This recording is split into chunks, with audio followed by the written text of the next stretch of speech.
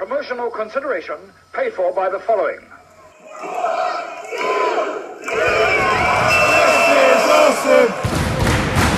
This is awesome! Hello and welcome once again to Cheap Shot Entertainment. I am your host Luke and you are the Cheap Shot Nation, and we're going to take you through everything that happened at NXT TakeOver 25. It was aired live on the WWE Network on the 1st of June 2019. I was in Hanley for PCW, check that video out, and obviously we then went to Fightmare in Norwich the following day. So I didn't get to watch this live, one of the first ones I haven't seen live since the addition of the network and becoming available and putting all their pay-per-views on it. It came from the Webster Point Arena in Connecticut, and it was, wow, a fantastic show. So if you like this video and you liked NXT, leave us a comment down below. Join us on Twitter, Facebook and Instagram, and don't forget to subscribe and do all the YouTubey type stuff, and we'll get straight into all the matches, all of the action, and we'll take you through step by step everything that happened at NXT TakeOver 25. So your first match on the card is Roderick Strong of Undisputed Era versus Matt Riddle, ex-UFC of course. In Matt Riddle, he's been very impressive since making his debut on NXT, and Roderick Strong is always a good bet, being the messiah of the backbreaker. Now I haven't taken many notes on this one because I was watching it whilst in Norwich, so I was watching it in and out, just trying to take a few notes, and it didn't happen. So I've got the finish. From what I remember of the match, and I will go back and watch it because the rest of the matches were fantastic, this match was absolutely brilliant. I was in the hotel at this point in time in Yarmouth, which is where we were staying for a couple of days, and I was audibly shouting "whoa" and "whoa" and all that kind of stuff that you do when you're a wrestling fan, because this match was phenomenal, absolutely phenomenal. And speaking of phenomenal, the finish in fact was a variation of phenomenal. It was Matt Riddle picking up the win with a sort of compact Styles Clash type of move, where he didn't sort of hook his legs in front of the arms and things like that, but it was kind of a compact Styles Clash, and that's how Matt Riddle would win. There was leg locks in this match, there was knees being thrown everywhere, elbows, backbreakers, you name it, it was being thrown at either one of these opponents, and they put on an absolute clinic. This is the way to start a show, and if this was the answer to anything, it'd be the answer to the fanboys of Double or Nothing in AEW, saying we can do this as good as you. Maybe not on the main show, but we can do it independently. Brilliant match. Go and watch this show and pick up this first match. Absolute sleeper hit of the whole show. Absolutely brilliant. The only match that wasn't for a title, in fact. So your next match was for the vacant NXT Tag Team Championships. Of course, the Viking Raiders have been moved up to Raw. They had the championship. They were going for a match against the Profits, the Street Profits.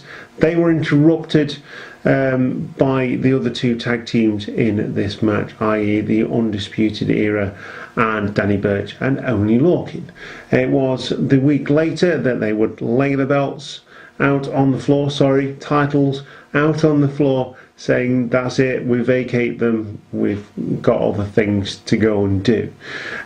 So they vacated them. I think that's probably the first time in NXT history that the Tag Team Championships have been vacated, and certainly the first time in history where two titles have had to be vacated in the same year. Obviously the other one being the NXT Heavyweight Championship.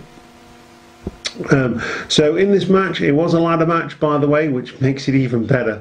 In this match are the Street Profits, Montez Ford and Angelo Dawkins, and they're going against the Forgotten Sons, my personal favourite here, Wesley Blake and Steve Cutler.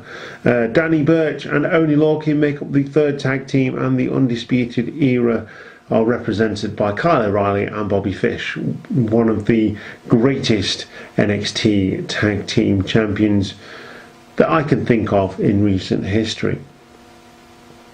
So the match starts hot and heavy. Obviously all four teams going against each other, trying to beat each other up, trying to get each other out of the ring. Wesley Blake at one point does a suicide dive and takes out the Undisputed Era.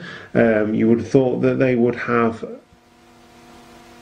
a lot of the momentum with the experience edge they have as the tag team champions, but they've taken out left, right and centre. Obviously the other teams recognised the fact that they had the experience and they were taken out very early on.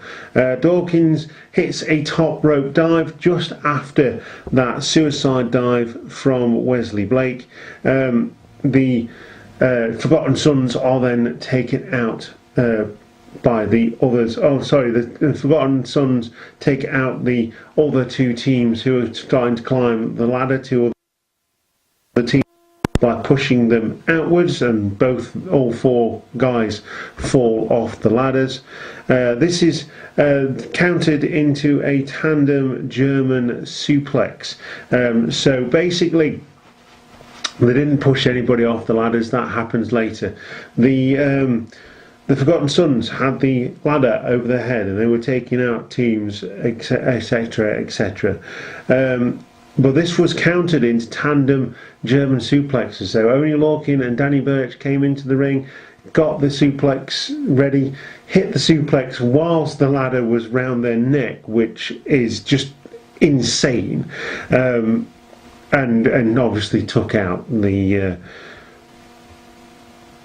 Forgotten Sons in that one. So the Profits then make a dash for the ring. The Street Profits take out team 1-2. That is Danny Burch and Oney Lorcan and the Forgotten Sons with the ladder. There is a Zowie Wowie chant, absolutely brilliant. I love that. And the quote of the night by Mauro Ranallo was, "Mamma mia, oh my God, they killed Kyle." Yes, yes, yes. Brilliant reference there, Ronaldo, and that is why everybody loves you, and you get your own Mamma Mia chant. Inverted DDT with a stomp from the Forgotten Sons on Bobby Fish. I believe this did lead to the injury that we saw Bobby Fish carrying later on in the show. The Forgotten Sons taken off the ladder with a double team move from Danny Burch and Oney Lorcan and the Profits. So they start beating up on those. Riker then comes down to the ring. He powerbombs Kyle O'Reilly, takes out everybody else. He's a one-man wrecking crew trying to win the championships for his team. Riker is then taken out by the other three teams. So very limited amount of times these teams worked together. It took 6 shots with the ladder just to stop Riker from moving. He's still moving though, and Montez and Lorcan take out Riker with dives. Con ladder toe from I think that's from Oney Lorcan and Danny Burch to the Street Profits. The Forgotten Sons are taken out again by Danny Burch and Oney Lorcan and the Undisputed Era. The Sons start to climb the ladder. Forgotten Sons go for the first chance at the belts. Taken out by the Street Profits. Daylight Scene and the Sultans of Swag eventually climb that ladder and pick up the titles, bringing them down for the win. And there's a meme in here somewhere, if you've seen Montez Ford's celebration, there's a definite meme there somewhere. Your new tag team champions. There was going to be new tag team champions crowned. It is the Street Profits, probably the most deserving team besides Danny Burch and Oney Lorcan. I was hoping that the Forgotten Sons would pick this up, but there you go. Street Profits are your winners, and everything pointed in that direction. I don't think I've got any points for that one, incidentally, on the prediction league, but ho, what are you going to do? So the North American Championship is up for grabs next. It is the champion Velveteen Dream defending against Tyler Breeze. Two guys, plenty of machismo in this match. Two guys who absolutely are up themselves as characters and probably in real life as well. But two guys that can go in the ring. Tyler Breeze obviously coming back down from the main roster, having spent a good couple of years there as part of the Fashion Police and things like that. Didn't get much ring time, so it's probably a good thing they did come back down to NXT, because he has now proven what he can do, which is why he got moved up in the first place.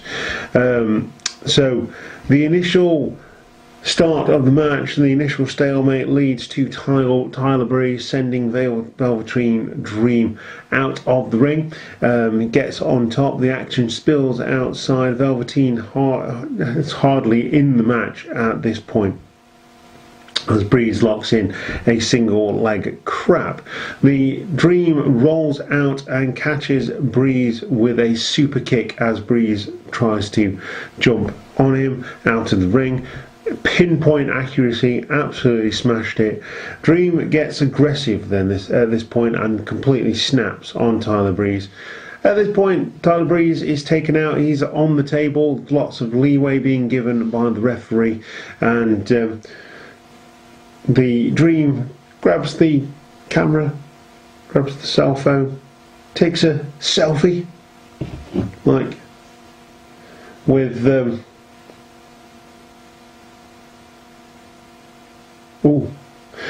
with Tyler Breeze, and that gets put up on the main screen, which is brilliant. He's finally got his gimmick back with the selfie. As he is celebrating, Breeze hits a supermodel kick, and there's a lot of super kicks in this match. It was noted on Facebook, I think, the other day, with a couple of my wrestling friends, that when did the super kick become just another move? Shawn Michaels used to hit it used to finish people.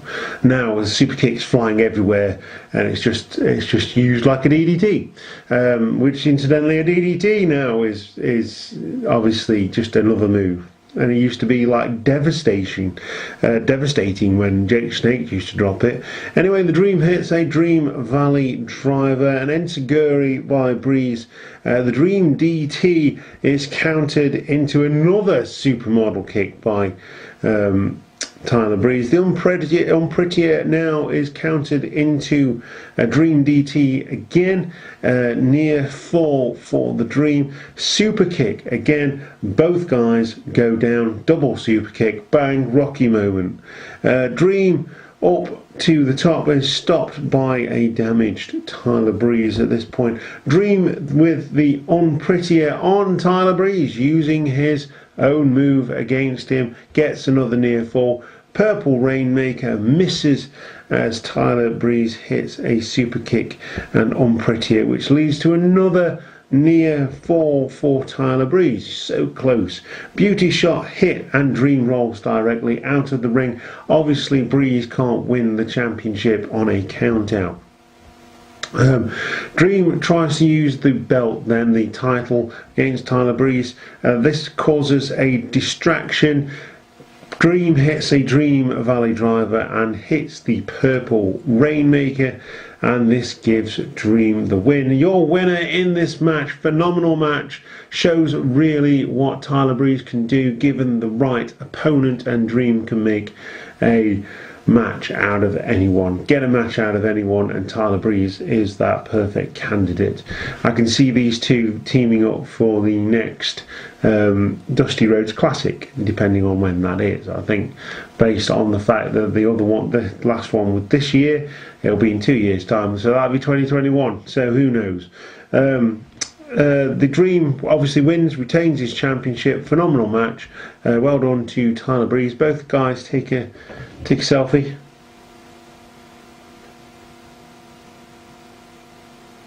Oh, it's happened again. Take a selfie, and the match finishes there. We get a women's championship match next. It is Io Shirai versus Shayna Baszler, who is the current champion.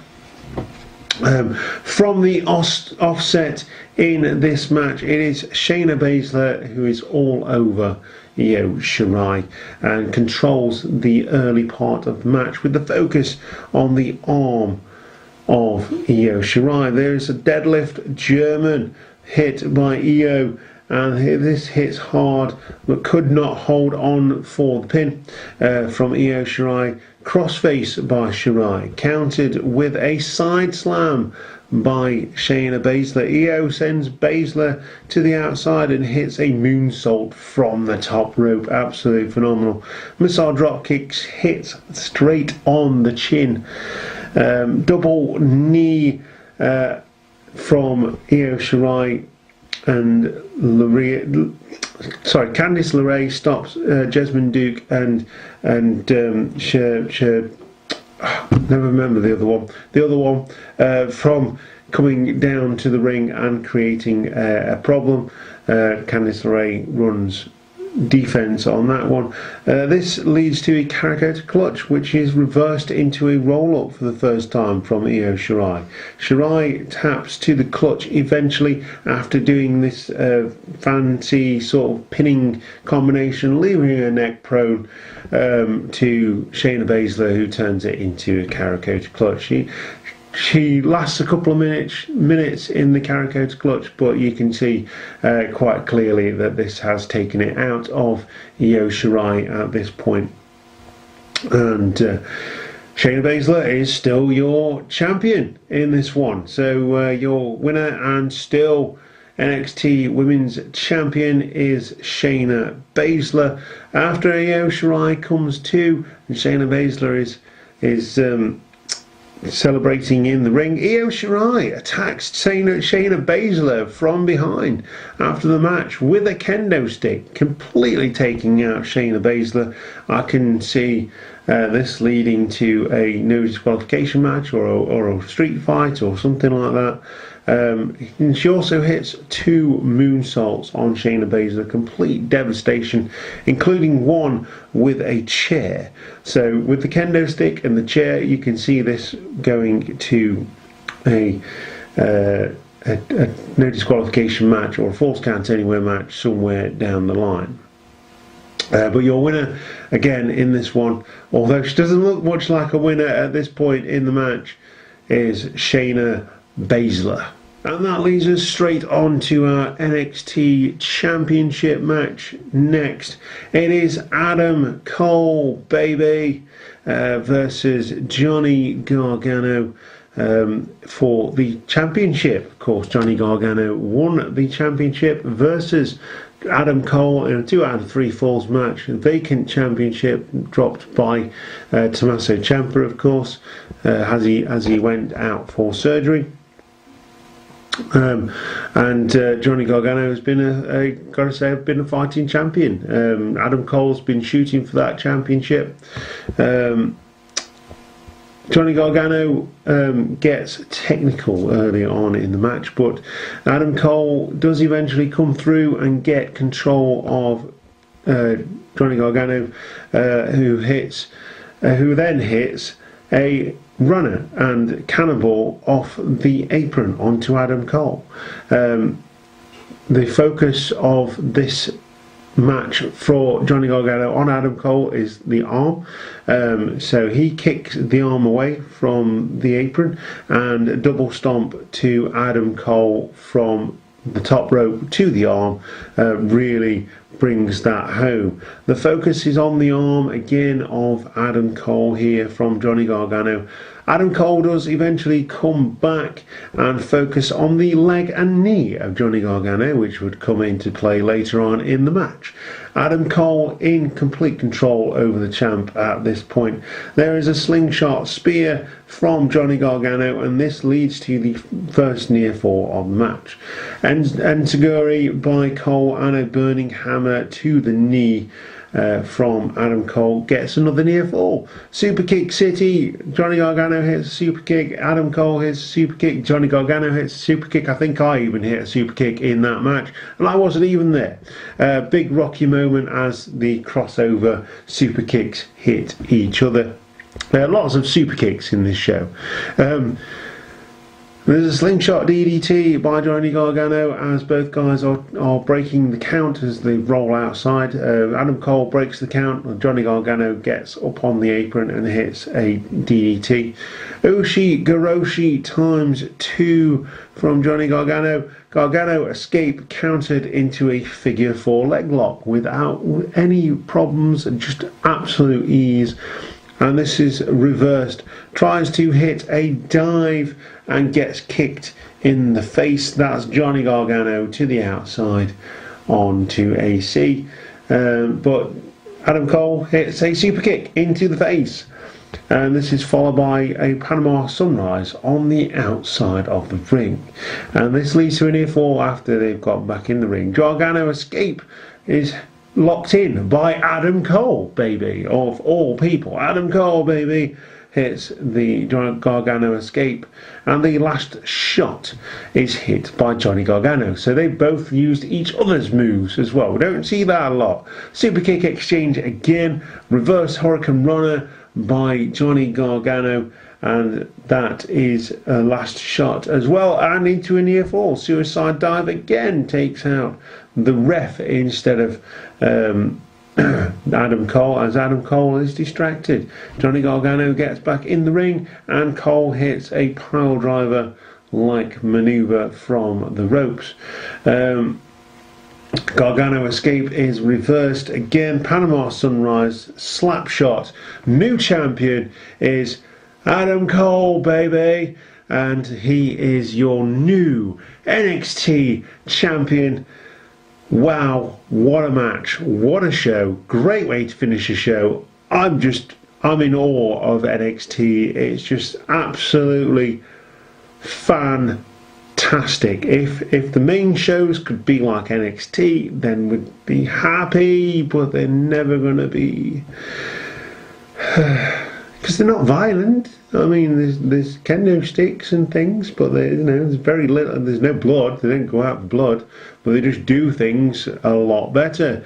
So we have a new champion, a new era, a new undisputed era, as Adam Cole picks up that championship, and I'm sure the other members of Undisputed Era will pick up their championships respectively later down the line. And I'm pretty sure at some point, this is my bold prediction for the Undisputed Era, in 2019, Adam Cole says they're going to be dripping in gold. My